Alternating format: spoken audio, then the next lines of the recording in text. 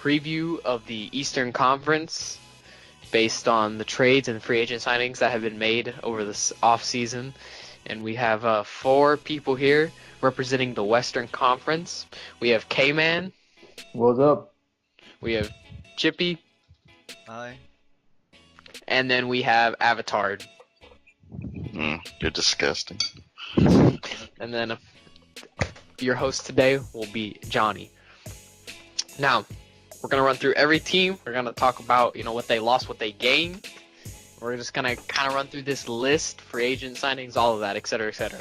And then we'll have an interview with BJ, sadly. And then we will be talking about the possible trade concerning Portland and the Nets, which could be vetoed and could not be vetoed. We'll have more on that later in the show. So, we're going to start out with the Philadelphia 76ers, and let's start with K-Man. Let's have your overall view of the trades they made this season.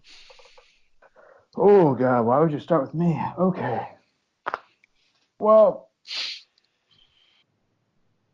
Philadelphia, you put together a team that's going to get you to a playoff. I think a playoff seed is possible if Joel Embiid stays healthy, but I'm just really confused as to how anyone's going to shoot on this team. Aside from Gary Harris they didn't keep Fournier. It's definitely a good point.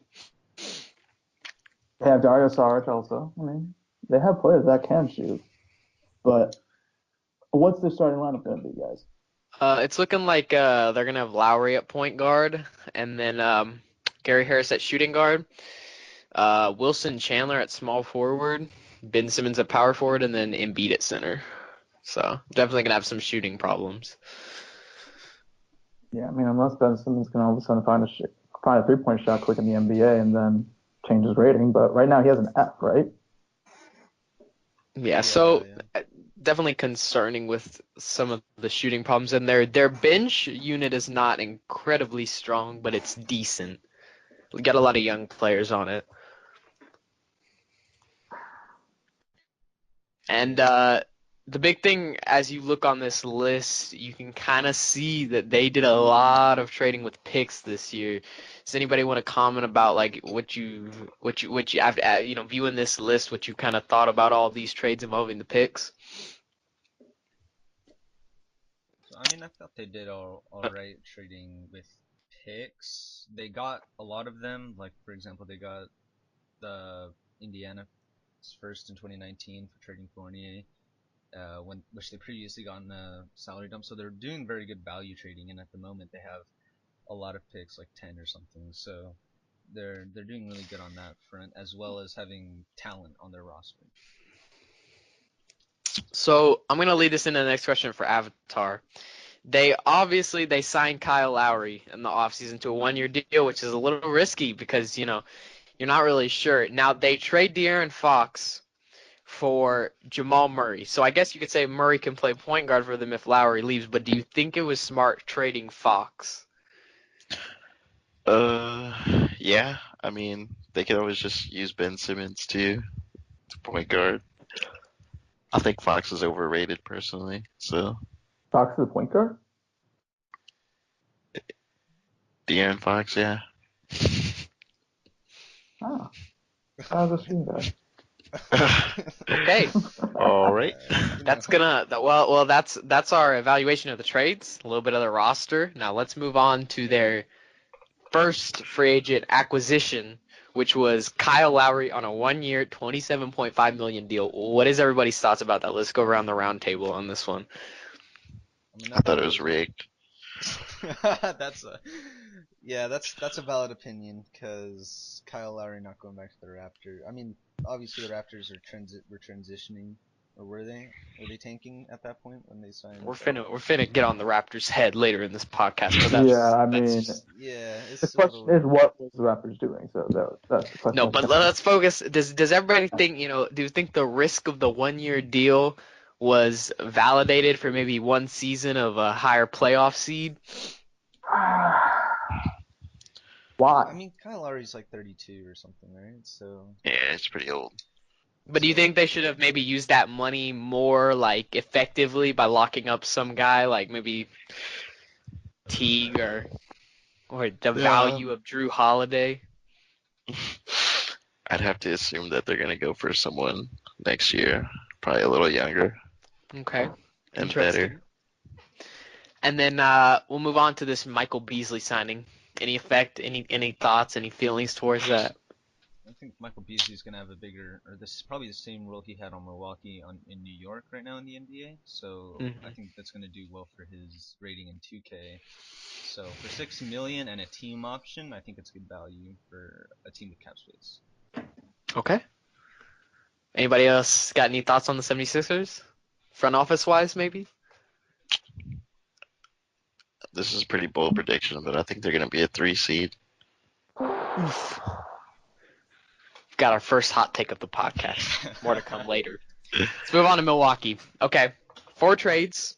They were very calm when it came to trades. They were also, except for one, they had their one major trade, and then of course the free agent signing of Tony Snell, which was their marquee signing. But let's start off with the trades. Let's go to Avatar on this. What are your thoughts on the overall 4 trades that they made?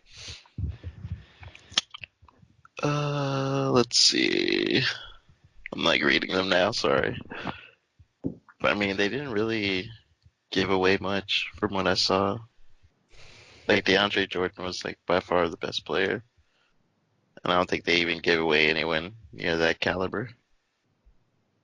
Definitely see in there they made definitely a good move dumping Dellavedova off for just like a second round pick.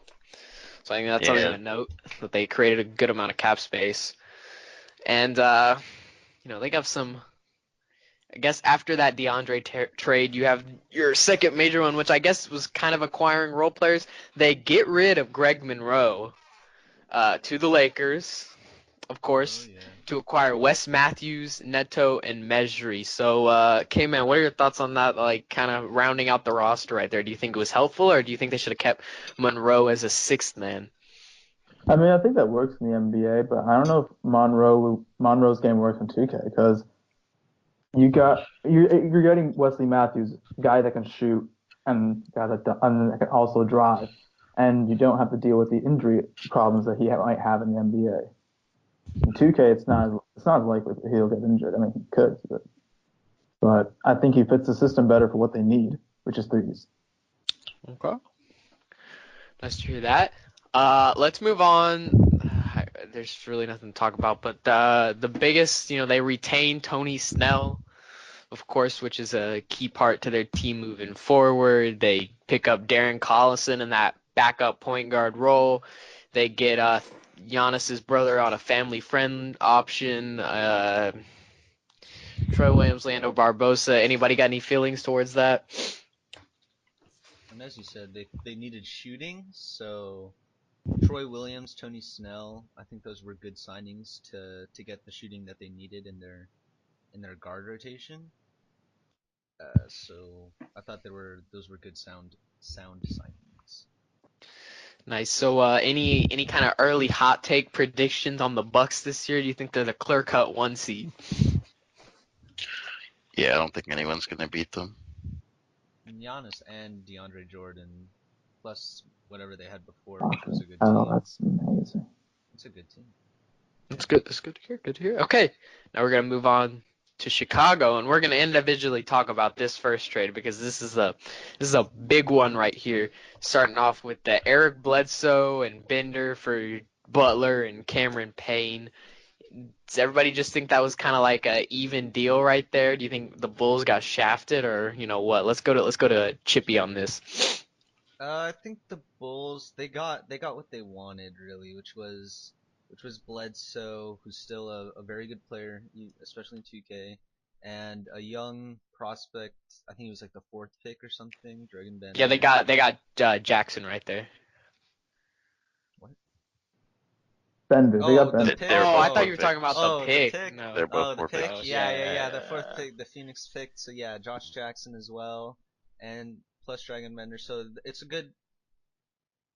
Oh, Get right. You got shifting Josh out of Jackson from that. yeah, Okay.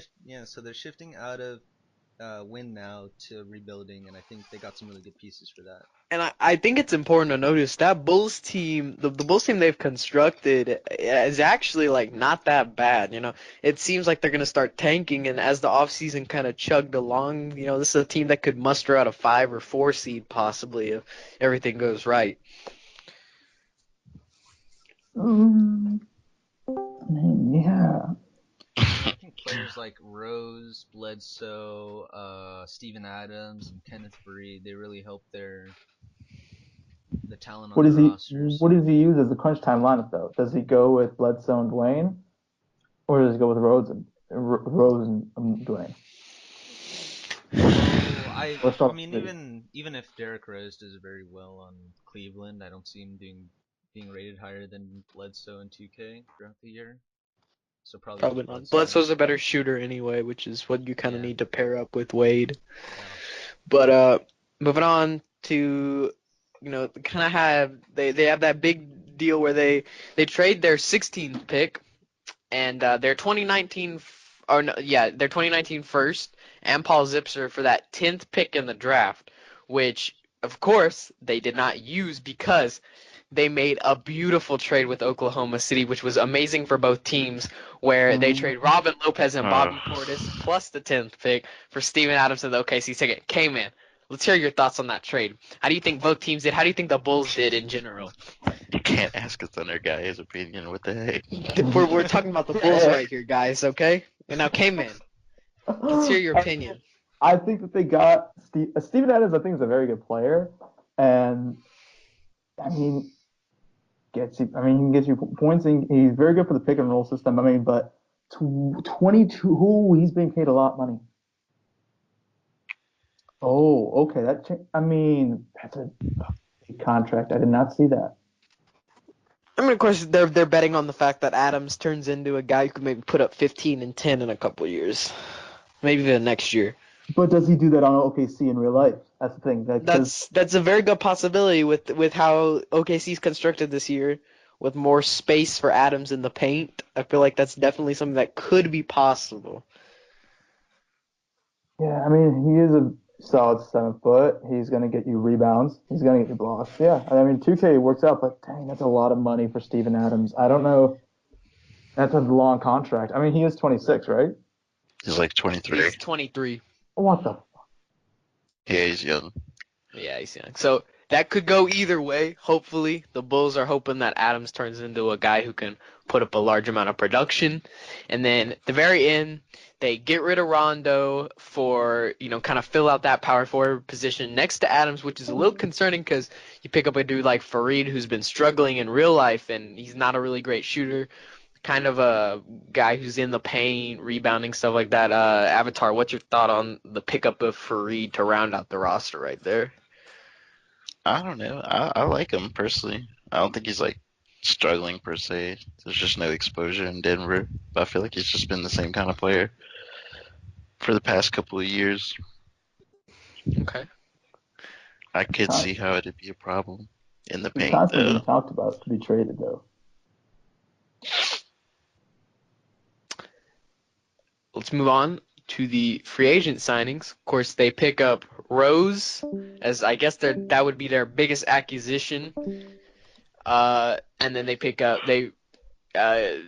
Killer tries to snipe out Nikola Mirotic, fails again, goes right back to Chicago, and so Mirotic and Rose return. They also get Alec Burks on the minimum, Cristiano Falacio on the minimum as well.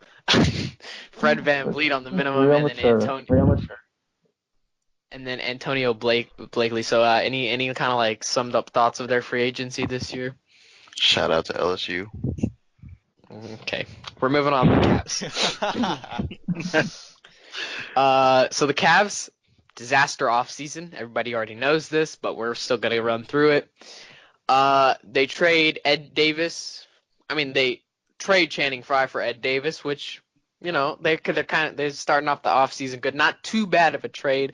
Doesn't really affect anything.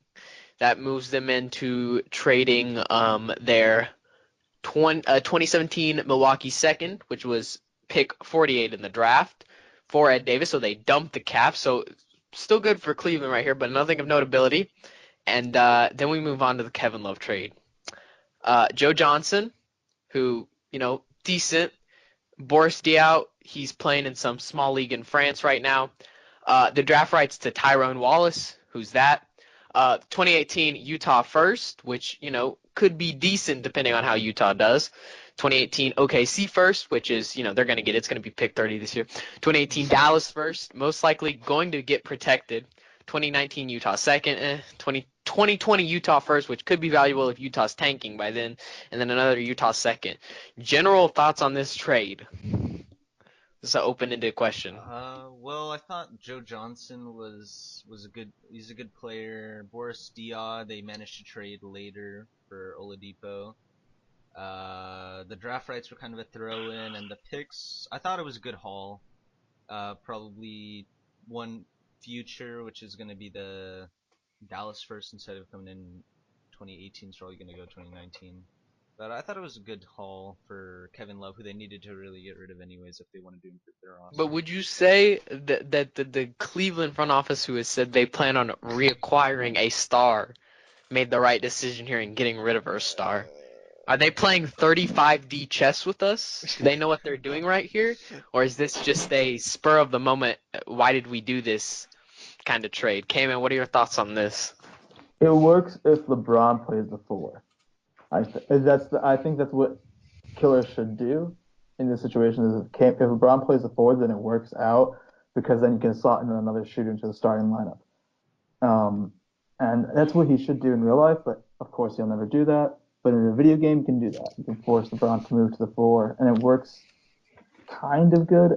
I'm still not convinced on it because Tristan Thompson's not your best rim protector. I mean, That's what right. do you guys feel in 2K?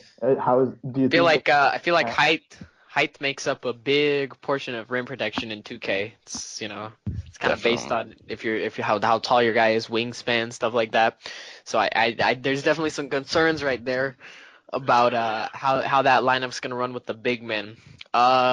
Let's move into so they make a trade, two trades with the Raptors. First one, Cleveland actually did, kind of decently okay, dumping the Shumpert contract. I don't know what Toronto was doing. We're going to hammer at Toronto later. And then Cleveland makes a decently fair trade with the Raptors, picking up Oladipo, Holmes, and Lance Stevenson for the OKC first, which is going to be like pick 30. Jefferson, Diaw, who's not even in the league, and then they dump Smith's contract, taking in Oladipo's, but Oladipo is a better defender than Smith and kind of generally a better player. Any general thoughts on the Oladipo trade? I might actually I might have something different than most people view, but I actually would have preferred J.R. Smith. Interesting. Hot take number 3. Only because he's only because he can solely shoot threes better than Oladipo. Okay, I could see where that works if you're worried about the 3-point shooting in that lineup without Love and kind of mixing and matching stuff right there. Sure, because Oladipo, even if you're expecting him to be a more complete player, he's not going to be taking a lot of the offensive load because LeBron and Kyrie are still on that team. So you're kind of just looking for complementary guys who can, fill a role. Yeah. Yeah. The contract is not doing them any favors anyway. No, definitely not. You're kind of just playing, devil's advocate, I guess, on which side you want. But free agent signings. Okay. Moving on to the Celtics.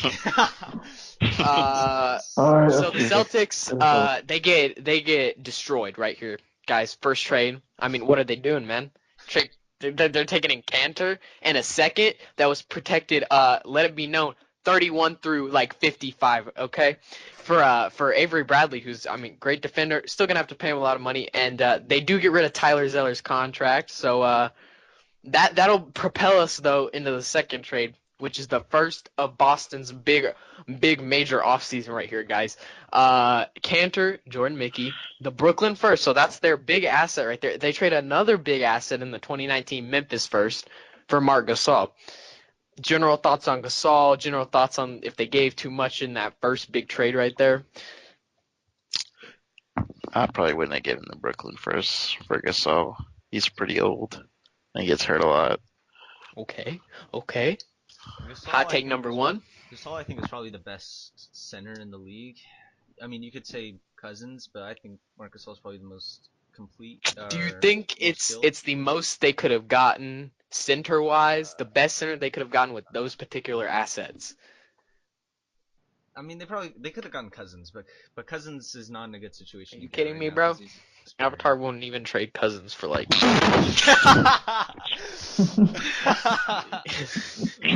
Oh, I might Yo, have if done we it for wouldn't that trade Brooklyn Cousins for pick. this, you're crazy. Yeah, Okay. that's a pretty good haul for Cousins. Oh, maybe I was exaggerating. Okay. Now we are led into the DeRozan trade, which I actually think, honestly, Boston did a pretty good job here in a haul. They do trade Brown, but Brown's kind of unproven right now. You know, you really don't know what you're getting in him. And they trade Fultz, essentially, which, again, you know, unproven rookie. We expect him to be pretty decent, though. For DeMar, Siakam, which is kind of a throw-in, but he's still a young player. And then, dear Lord, Wait, picks. hold up. How did picks? Toronto get this many picks? So the Celtics get 2017 Atlanta first, which actually could be valuable in the long run. They get the 2017 Brooklyn second, which was a good pick. The 2017 San Antonio second, which is that was down there. And then they get the 2018 Atlanta first. I said the 2017 Atlanta first would be valuable. This is the pick that could be valuable in the future if, you know, eventually they do trade it later, but that would have been a valuable pick possibly. And they get Toronto's 2019 first, which is who knows where Toronto's going to be in 2 years from now. That front office is kind of a little shaky. General thoughts on I mean, obviously, I feel like it's kind of a consensus that Boston got a good haul right here. Let's throw it over to K-Man, where he was very surprised with the amount of picks that Boston had. I need to do like some history check on how the fuck did Toronto. Sorry, my language. I don't know how much we're allowed to swear here, but how Toronto got even that many picks. You mean how the Celtics got that many picks? How was Toronto able to offer that many picks to Boston? I don't know, but they did it. It worked. I mean, now they got DeMar, and Toronto has Fultz and Brown, and Joakim Noah. Or did they get rid of Noah? I don't know. I think they still have Joakim Noah. Yeah, no, that's not. DeRozan is a very good player. I mean, you now have two guys that basically own the mid-range game: Carmelo Anthony and DeRozan. Yeah, which of course that leads us in. You know, they do the little trade, get a little depth with Stanley Johnson, trading away some of their younger guys that were on the roster, and then that brings us into their last trade, that Carmelo trade, where they actually get rid of Al Horford's pretty massive contract. Of course, Carmelo though could leave next year if he's not feeling Boston. They of course trade Atlanta back there first, trade the 2019 first of LA. The Clippers, but of course it's protected 1 through 14 to the Clippers, so that could not be very valuable if it gets protected. I'll throw it over to Chippy for how he views Carmelo on this Boston team. Carmelo, I mean, he's an okay 3-point shooter, and he contributes to the great starting lineup that Boston has, which is Isaiah Thomas, DeMar DeRozan, Melo, Jay Crowder, and Gasol. So it's a very good starting lineup, but they do trade away some of their depth, right, for Stanley Johnson to the. Well, you trade away some young guys who could have been considered depth, but you know. Yeah, I mean, it's not many. That's just it. Is Siakam really? Siakam would be considered the best player of those. Yeah, essentially, and he was a rotation player on the Raptors last year. But, you know, come out with a decent haul right there. Atlanta does, but we'll, you know, talk about that later. But the Celtics get Carmelo. They finish their lineup. Then they go into free agency. They get Jerebko. They get Derek Williams. And then they get Kyle Korver, stealing him from the hands of Killer for a 1-year, MLE $8 million deal to kind of plug in that hole right there at shooting guard Yeah, they needed that. next to Marcus Smart. Moving on. We How is are Drebko? at One sec. How is Drebko shooting in 2K? he's a decent 3-point shooter, I guess. Yeah. He'll definitely be depth for them, but nothing too major. Alright. Okay, moving into the Hawks, the 13 trade Hawks right here, guys. They were competing, and then they weren't competing, and then they were competing again, and now I'm not really sure what they're doing. We start off with them trade. No, they actually acquired Carmelo, which is everybody's kind of like, okay, Hawks are competing. They do take on the Joakim Noah contract, which is not the best, but you get Carmelo, trade Bazemore and Prince, so they're obviously, it looks like they're competing because you're getting rid of younger talent. And they also get rid of their 2017 first. Now they reacquired Damari Carroll, bringing back in an old friend, and they get rid. No, bear with me here. What are the Raptors doing? We'll talk about that later. I don't know why they got Noah for Carroll.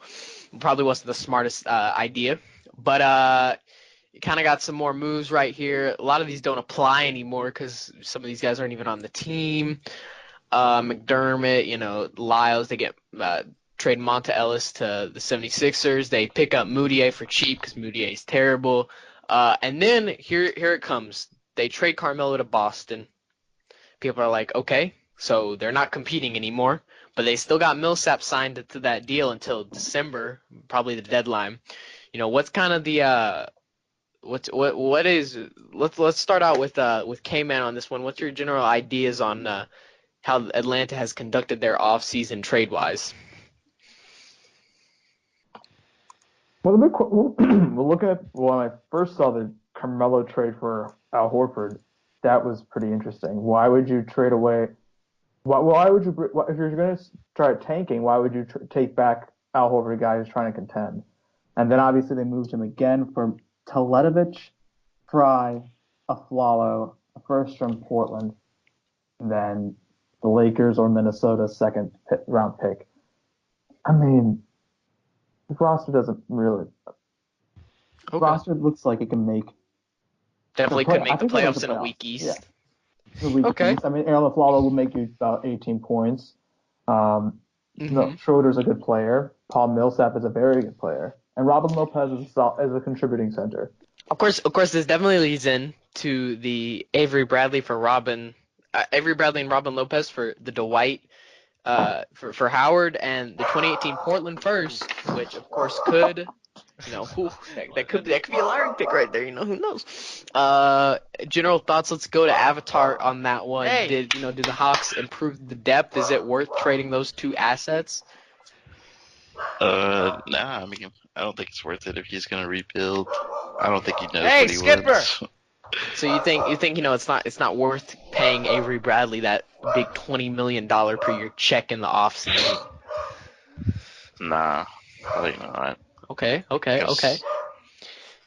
So then the question becomes: would you rather have Robin Lopez or Dwight Howard? Yeah, essentially. And then that's kind of where they stop. Who knows what they'll continue to do? They got Millsap on that big deal, which chances are he gets traded later on if the season goes a little haywire. They actually get Tim Hardaway Jr. on a bargain right there. They get Shabazz on a decent deal, and then you got some vets in there, and they re-sign Muscala. Nothing of real importance there except Millsap, but we kind of already touched on that. What are they doing? Any kind of sum up thoughts with the Hawks? They suck. I just beat them. Okay, let's go. We're moving on to Miami. Miami has no trades. Let's give them a big round of applause. They did it No right. trades. I mean, they already have an all-star roster, so. Okay. They re-signed. Now this was the most of their offseason. They re-signed Dion to a big but nice deal. He got paid more in real life, actually, I believe. They re-signed James Johnson, and they also re-sign Udonis Haslem to the minimum. Any kind of I'll throw it to Chippy for this one. Do you think it's worth? You think James Johnson and Waiters are both worth the 12 million per year and 19 million per year deals. Well, I think James Johnson they had to do to match because they wanted him long term because he kind of broke out in Miami last year, and of course my team put in a bid for James Johnson, so I guess they matched that. And Dion Waiters also broke out in Miami last year, part of like that big push to the playoffs that didn't really end up succeeding. So I think there were some players that they definitely wanted back to continue that success, and they didn't feel they needed to change their roster. But I think there were improvements to be had, and I don't, with these 3-year contracts, and they're pretty expensive too. Mm-hmm. They might be tethering themselves to that for a while. So I don't know how much flexibility they're gonna have going Okay. forward. So maybe they're kind of hoping to just kind of stay in the mix, maybe to last out a couple years until some of the other teams kind of die out. Not much of not many things happening for the Heat this year. Maybe next year. Uh, Moving on to the Raptors, they had some, you know, they started off by kind of looks like they're almost tanking with their first move of acquiring Noah. No way. Which everybody's kind of confused by because the Raptors are still in a decent spot almost with the DeRozan, and they probably would have gotten Lowry back most likely if you kind of maintain that roster, but that's obviously not the direction they went in. So they acquire Noah, very interesting right there. They trade Corey Joseph, so this is the clear path that they're going down. They're tanking here for no name from New York and a first round pick. They then trade Lucas Nogueira, whatever, for a second. So, you trade a young guy for a second, kind of interesting. We already discussed the DeMar trade. What are you doing, man? Come on. So there's a lot of picks to give up. Norman Powell for Oladipo. We'll touch on this real quick. I'm gonna go to K-Man for this one. What are your thoughts on this big salary dump right here?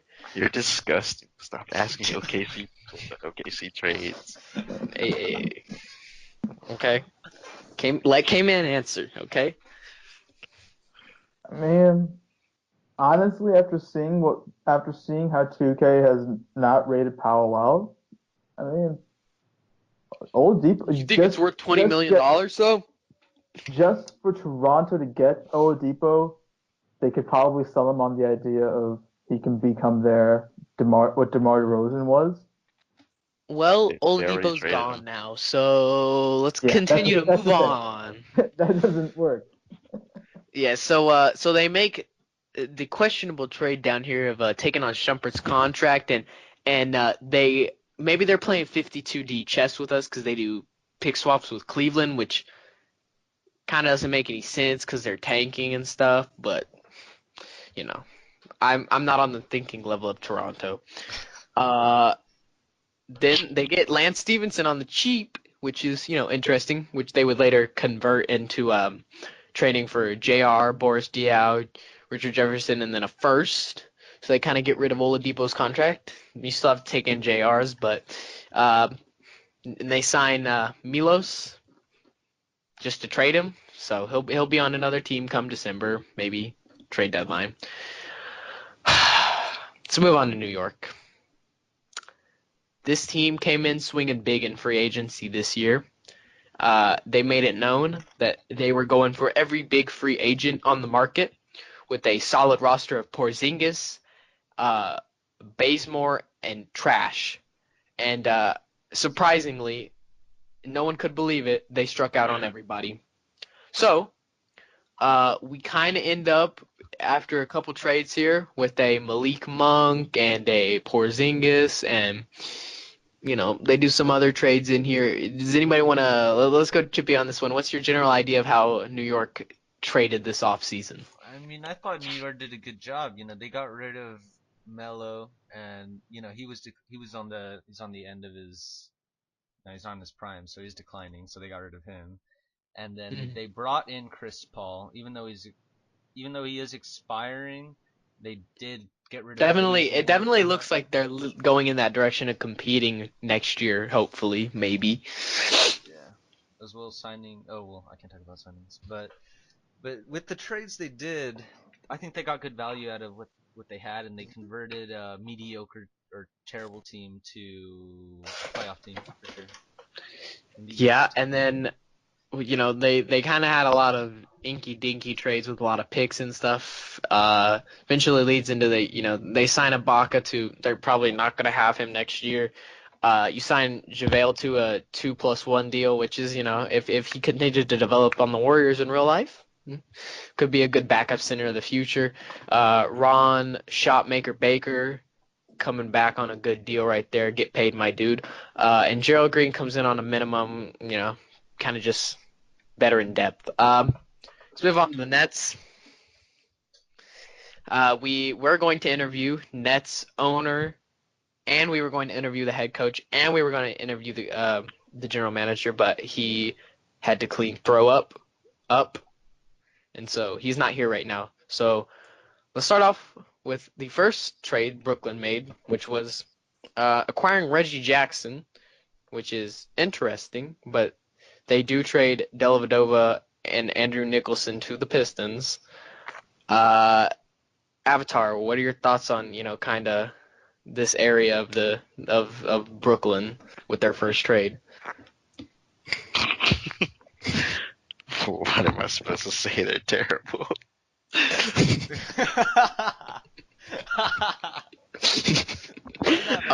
Okay, okay. Let's move on to their Luol Deng trade. What was Brooklyn doing here? Can you clear this up for us, Chippy? Well, you know what? I thought they recognized their need for veteran depth on a contending team. Every contender needs good needs Wait, needs good hold up. veterans, right? So Yeah. I gave him very good deals, very good value for Timothy Mozgov and Luol Deng. Well, why did I ask you this question? Nope, we're moving on. You're why for do the you guys Lakers. came in about OKC? I don't know, man. Well, Yeah, this because we're not podcast talking is about rigged. OKC. This is dumb. This is a travesty. I demand a redo. So here let's move on to the Brooklyn swings big right here, goes out, gets a big time player from Russia, Timofey Mozgov, and a bunch of picks that are all protected in the 20s when LaMelo Ball will be there and stuff, hopefully. Well, And you know Brook what? Lopez and Sean Kilpatrick get shipped to the Lakers. Avatar, thoughts on that? This trade happened right after the D'Lo trade IRL happened. So it just makes no sense to me. You just saw the net. You just saw the return value that the Nets got in real life, and then you do this terrible trade. Well, if you take into account, really, they were counting on getting top prospects like Daryl No, you're Morey biased. Shut up. and Sterling Brown. Well, Alright. Brooklyn had a very interesting offseason. Hopefully, we come back here in 4 years from now and they have LaMelo Ball. Detroit Pistons, they got ragged on a lot this offseason for some moves they made. They, of course, start off by trading Reggie Jackson to Brooklyn for Dellavedova and Andrew Nicholson, plus Why would you do a that? first-round pick via Brooklyn. Okay. Then they trade Stanley Johnson. Then, of course, they acquire McDermott. And then they trade a lot of things to clear cap space and acquire Willie Herman Gomez. Trade Boban here and there. That's not, of course, they're free agent signings. We'll talk about those later. But I'll go to K-Man on this one. General thoughts of Detroit's trading this season? I mean, I like it. I like how they got Jeff Teague after getting away Reggie Jackson, but man, that's some really good. God damn, it doesn't make any sense to me. Why would you do any of these moves? Why would you trade Reggie Jackson for basically Matthew Dellavedova, and the Brooklyn pick is nice, but Of course, it wasn't the Brooklyn pick. It was a first round via Brooklyn, which I guess we don't know what it is. But named in the transactions. I just okay. got from there. Yeah. Okay. So nothing notable there. move on to the free agent signings. This was where they kind of made a name for themselves this season, filling in the roster. They signed KCP to that $17.5 million per year deal. They bring in Teague, which thankfully they did, or they wouldn't have had a point guard. They bring in Vince Carter on the MLE, Ben McLemore on the minimum, Udo on the minimum, and David Lee on the minimum. Avatar, I'll throw it over to you. Do you think they did good in free agency, or do you think they overspent? To be honest, I just think they did well overall. I like a lot of their acquisitions. KCP, we just won't know until we know. But I like Jeff Teague. I like Vince Carter. McLemore's a guy that can space the floor. Yeah. Everything they did is just pretty solid. Okay, so we'll see by the end of the season if KCP's big baller for the Detroit Pistons. Let's move on to the Pacers. They were in the debacle, just like the real life Pacers, where they needed to trade Paul George as he was not going to come back. And in this virtual world, they actually got a decent return. That was their first big trade. They acquire Andrew Wiggins essentially for Paul George. And that leads into them getting another young prospect, TJ Warren, down the road. They trade Thaddeus Young, get him out of there. They start to kind of get some youth with Elfrid Payton. They take on Brandon Knight questionably. Let's see, and that's kind of the big moves they made. Chippy, what are your thoughts on of course the big thing with the Paul George trade right here? Do you think they got a good haul for Paul George? Yeah, it was more than Indiana got in real life, so I thought it was good value. Good young forward like Wiggins. They had to take that Aldridge contract, but they got rid of it for Brandon Knight, who's basically a dead contract at this point. Okay. So I think they did what they could. Being in that Paul George situation wasn't really ideal. Mm-hmm. So I thought they did the best with what they could, but I think they ended up with a pretty bad roster. Okay. Really? I think that they actually did a really good job. Interesting. Well, they're definitely going to be a middle of the playoff team in the East, depending on how other teams do. I'm saying in terms of where they were at the start, they basically got slightly better from last year. And slightly, depending on how other teams in the East perform. Yeah, just on ranking in playoff position, they got slightly better, and they also got a lot. They also got a lot younger, obviously. Now, of course, this moves into they get two veterans in the free agents with Randolph and JJ Redick, who hopefully plug them in, move you a couple of seeds up in the playoffs. Who knows? We're gonna have to see how they're looking come mid-season form, but Pacers definitely a team that could make the playoffs and maybe get a mid-seed right there. Let's move on to the Zach Attack Charlotte Hornets right here. Not allowed to say that anymore. That's man. Okay, so they get rid of Miles Plumlee. They decent start. They do have to give up a 2019 first, but they're kind of making some moves here. They actually make a very good move in getting rid of Bellinelli's contract, so they're starting to free up cap space. They're looking really hot right now, like super hot. Okay, and then they trade for Jordan Clarkson. Okay, that's decent. He's a decent good player, but you just consume back all that cap space. So they essentially, first two trades to free up the cap space to get Jordan Clarkson. And then eventually they do acquire the 2017 Dallas first. So that was good for them. But they kind of swap picks with Dallas right there. Eventually moving down the road here, but believe they acquire they get Andrew Harrison and they get Terrence Ross. Okay, we're not even gonna talk about free agent signings because Zach was like doing some stuff over the summer, so he wasn't even here. General thoughts. I'll throw it over to Avatar on what he thought of Zach's offseason performance trade wise. I mean, nothing really sticks out to me. I mean, I like Jordan Clarkson personally. I think he's all right. That's probably their only real highlight They got some picks, but then they Do, flipped do, them you- for do you other think picks. this team even touches playoffs? Oh, absolutely not. Okay. But I mean, they do have an That's what I wanted to hear. all-star center, right? We can move on to the Magic now. Zeller, Yeah, Cody the GOAT. Zeller's better than Steven Adams. Okay, bud. Well, I think they did. Zach obviously has a lot of confidence in his roster, and his trades reflect that. He's really hoping that MKG can last the season. Hey, bro, when MKG can stop shooting from the side of his head, okay, then Oh, maybe damn, Johnny. we can talk about how Damn, he can Johnny. become a dominant scorer. But yeah, no, it's worse than Joakim Noah's jump shot. Moving on to the Orlando Magic. Very many trades right here. They're obviously tanking. We know this. They totally destructed the roster, kept a few young guys from the start of it.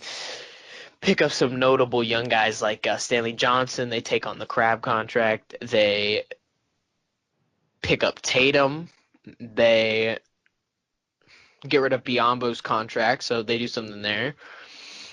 They pick up Chris Dunn. They eventually picked up Nurkic, but then they trade Nurkic in the next trade, pick up Labissiere and the rights to some dude. Then they trade Stanley Johnson, and then they trade Chris Dunn to get Jakob Poeltl, and then they trade McDermott.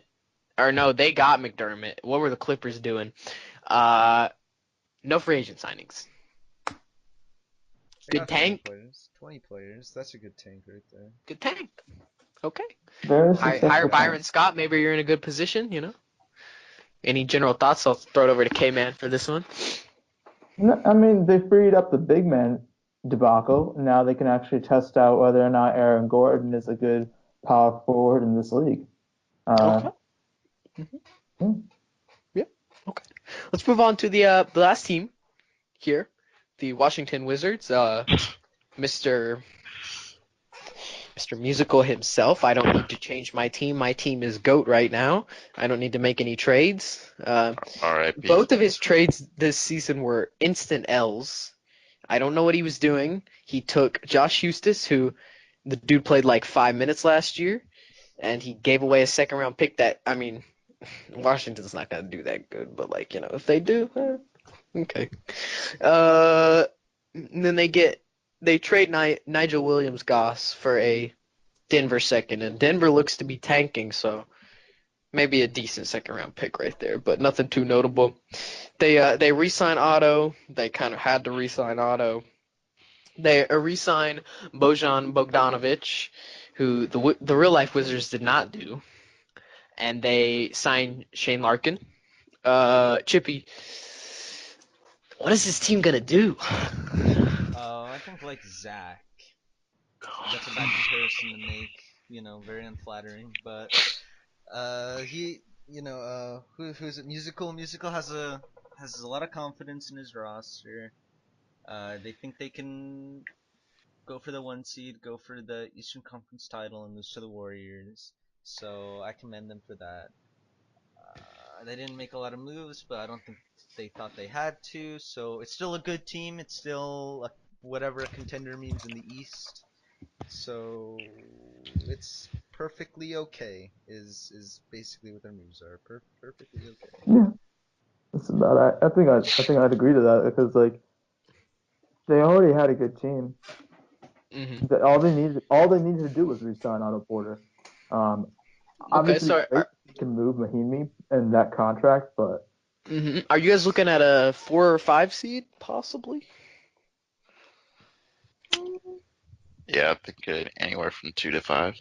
2 to 5. So it's just kind of sporadic. Of course, like all teams in the East, how other teams perform dictates their performance. Yeah. So generally, Feel bad for them. Yeah, it's that's the whole East. Very mediocre and not as good as the West, but it's there. I mean, with the new like cap penalties that we set up in the league, it's like pretty fucked, because he has like no choice but to do that stuff. But then he's gonna get punished for it. Musical's Washington team is he's gonna have to make some big baller moves if he wants to get into the upper echelon of teams. I mean, does he need to? Because all you need to do is just be the best in the East. all he needs to be. Yeah, I guess maybe like next season they free up the cap space, go get DeMarcus Cousins or someone like that. You know, who knows? Okay, so we kind of gave seeds in here throughout. We're now going to, I believe, bring on BJ Bryn 17. You know, the notorious BJ onto the podcast right here, right now, and we're going to ask him some questions. We're all going to get one question. We're going to ask him. He's going to give his answer, about the Celtics. Hopefully, all our questions about the Celtics, and we'll see what he has to say from his perspective. So, welcome to the podcast, BJ. How are you doing today? Good. Good. Okay. So, obviously, you are the. Would you like to state your role on the Celtics? Yep, I'm the owner of the Celtics. Yeah. Okay. That's good to hear.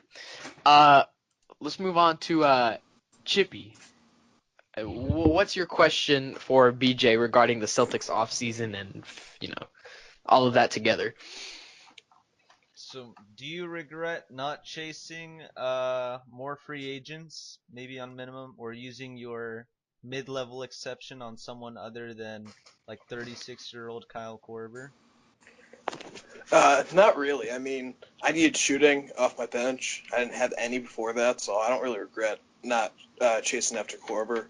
I got him, so I don't think I regret anything I did besides trading Avery Bradley to Thunder. That was pretty dumb. Okay. Let's move on to Avatar. What is your question for BJ? Do you have like any sense of guilt for ripping off a 13-year-old? Technically, I ripped off a 15-year-old because the whole conversation was with Brandon, so just wanted to make that clear. Okay. But technically, a 13-year-old was still part of the team. Let's move on to K-Man. So anyone who traded with the Raptors is at fault. So I mean, yes, did you look at that Cleveland Raptors trade, bro? They did pick swaps, bro. 2018 pick swaps and they're tanking, okay? We should put you guys in timeout for doing something like that. That was okay, okay? Get one of your picks, man. You got like 8 of them. Yeah, okay. They're never getting that 2019 pick back. People like this, okay? This is like Mike Parrott 2.0, guys. I know. Can't have him running out here loose. The worst kind of person. Okay, we're moving on to K-Man's question. K-Man, what do you got to ask? All right, BJ. First off, fuck the Celtics. Thanks. Second off, I wanted to ask you, why would you give up Stanley? Or actually, wait, no, never mind. Yeah, I still have Stanley Johnson. You still have Stanley Johnson. So how do you figure out how he's going to play on your team? He'll play off my bench. I mean, depends what lineup I'm using. He'll play sometimes. If I'm starting Smart, he'll definitely play small forward, and Korver will play shooting guard. Then if Smart's off the bench, it'll be Rozier, Smart, and Korver, and Johnson will get to not play any minutes. But are you confident in who you're most confident in as your like secondary perimeter shooter outside of Kyle Korver? Because that's the thing I don't see on the team. Maybe is Carmelo Anthony your second best shooter? He's hoping Hoodie Mello comes out. yeah, probably Melo or Isaiah, either one. Fourth quarter, Isaiah. Okay. Nice. Okay, so I'm gonna put up. Of course, I gotta ask. Why would you do that to yourself and take out Enes Kanter and a protected Boston pick for Avery Bradley? What was the reasoning behind that right there? For some reason, I really wanted to get rid of Tyler Zeller, and I don't know why I did that, really. I ended up trading Kanter for Gasol anyways with the picks. Of course, so yeah. I ended up getting Gasol out of it, so wasn't that And then, all's well ends well. Yeah, and then question 2, are you scared at all of Carmelo's impending free agency this upcoming season? No, because I have to re-sign Isaiah. So goodbye, Carmelo. Ooh, hot take. Dropping the news. Now this leads into the third question. Are you confident in a 5'9" guard on 2K being able to put up good stats in the playoffs and not get totally destroyed? I'm very confident. I'm very confident in Isaiah because you saw what he could do in the playoffs in real life, so it's going to translate to 2K somehow. Well, Yeah. actually, he got sunned by LeBron in the playoffs this year. I think, but I remember what I saw against the Wizards. I mean, Yeah, dude, but dude, the Wizards are not that good, bro. Come on, bro. did you really expect the Celtics to beat the Cavs? No, but that's the point, dude. It's like, But I'm going to beat Killer in this league. yeah, Killer's retarded though, dude. He traded essentially Joe Johnson for Kevin Love. You got a good haul, man. You got a good haul. He got a good haul for a rebuilding team. Yeah, for a rebuilding team. I don't know when you guys keep talking about. You got C4 over here talking about, oh, dude, Killer got a really good haul. You guys should stop being mean to him, okay? No, he got Joe Johnson for Kevin Love. And then they come back in here. When Charles interviews them, we're trying to reacquire a all-star at the break. You guys just made it a lot harder on yourself, bro. These is like, you know, on NBA Reddit when they're talking about how Garpax is playing 38D chess. This is essentially what Cleveland is doing. They're just gonna trade Tristan Thompson and their picks for DeMarcus Cousins, so it doesn't matter. Okay, yeah. Well, I wish we were evaluating the West because I have a lot to say about New Orleans. Well, there's a reason for I'll- that. Yeah. I'll have a lot to I say. think I'll have a lot to if say we just start talking about Don't if we worry. talk about the West, it would just be Johnny jerking off like right now. Like that'd just be it. Well, of course, bro. Me and K-Man would be annihilating every single team in the West because obviously, well, except Golden State, we can't really do anything to them. Mm-mm. We'll make sure to talk in depth on the East podcast about what we think of the Thunder. Okay. Okay. Oh my We every single really trade quick. we've done, bud. Okay, instant dub. We haven't lost a single trade. Okay. Alright, So you can't even insult us for anything. Team is trash. let's not let this be an OKC pod, please. Okay, so guys, that has been our podcast of the conference preview of the East. We hope you've enjoyed with our special guest today in BJ Bryn 17. You already know what the BJ stands for. Yes. Thank you for Chippy, Avatard, and K-Man for coming on the podcast today and giving their thoughts and opinions.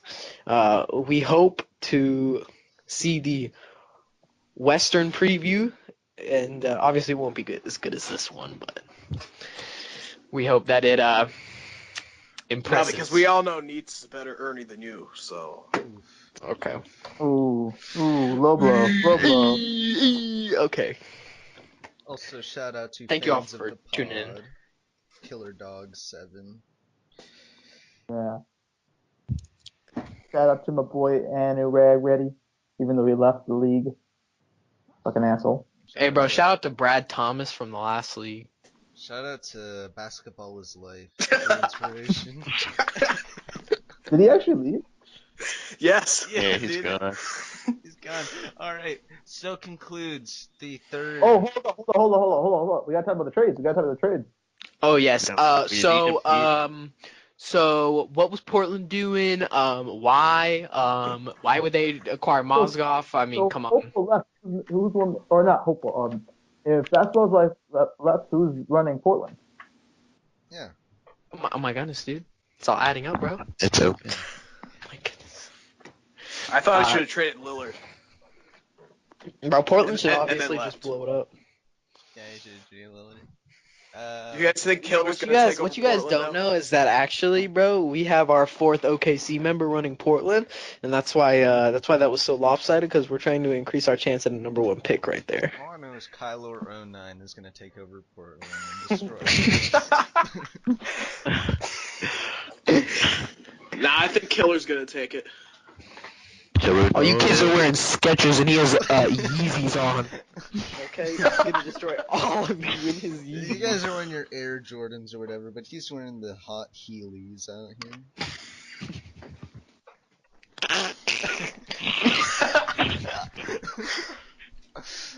Okay, boys, we've had our fun today. Thank you for tuning in on this conference preview of the East. We hope to hear your response to the podcast. Thanks for tuning in. We'll see you later. Fuck Boston.